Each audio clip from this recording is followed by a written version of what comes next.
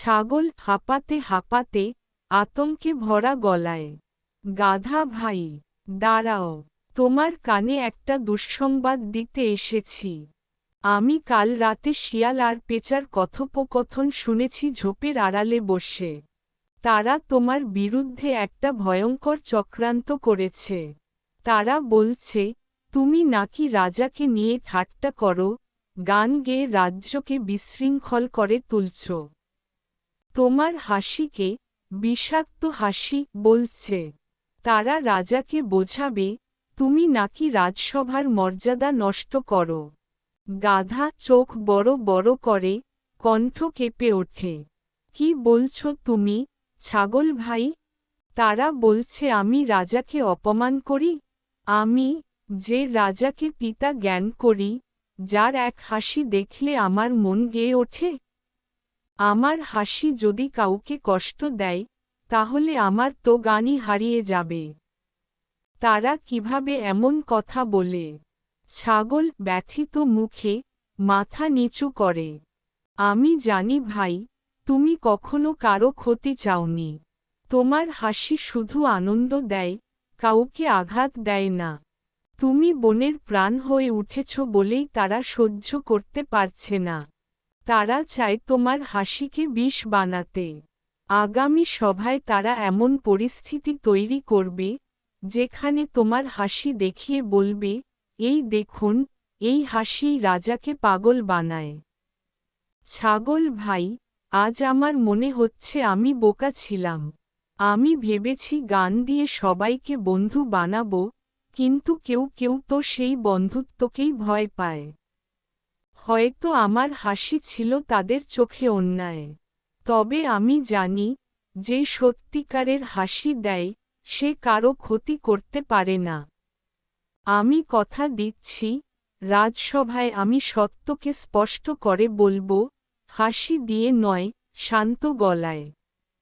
তারা যদি আমার হাসিকে বিষ বলে, আমি তাদের সামনে দাঁড়িয়ে চোখে চোখ রেখে বলবো, এই গাধার হাসি কোনো ষড়যন্ত্র নয়, এটা তো একটা নিরীহ প্রাণীর ভালোবাসা। ছাগল কণ্ঠ ভারী করে।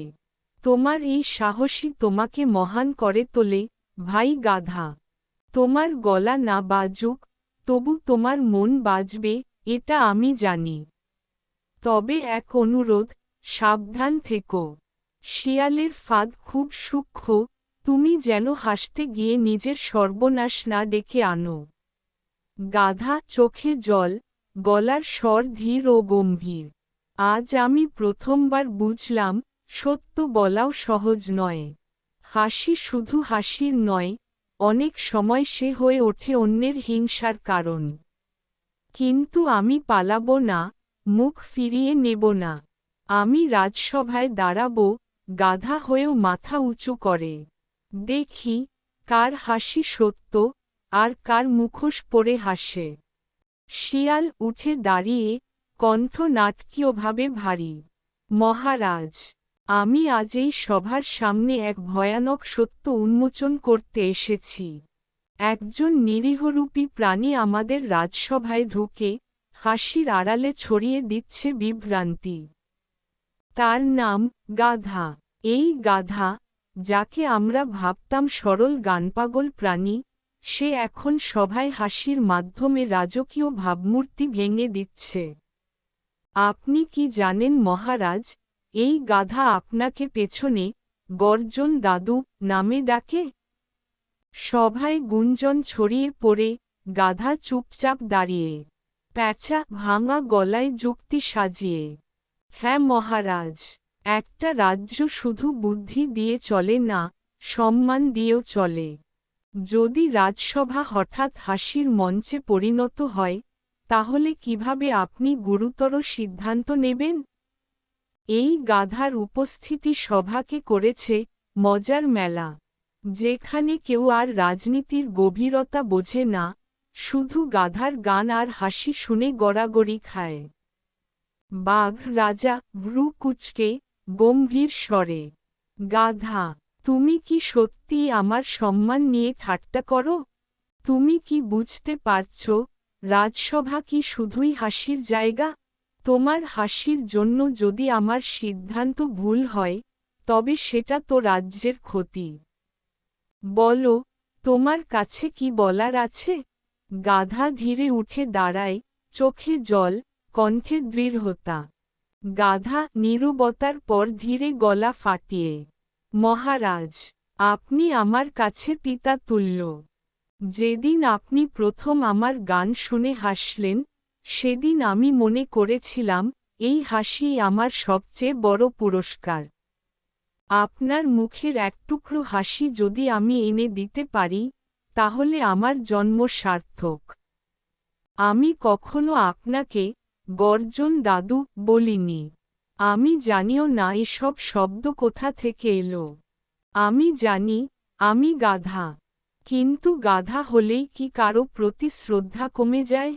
আমি হাসি দিয়েছি, কারণ এই রাজ্যে কান্না অনেক, হাসি খুব কম। আর আমি চাইনি আমার গান কাউকে আঘাত করুক। কিন্তু আজ বুঝছি, কিছু মুখোশধারী প্রাণী হাসিকেও ভয় পায়। তারা বোঝে না, হাসি মানে বিদ্রূপ নয়, হাসি মানে মুক্তি।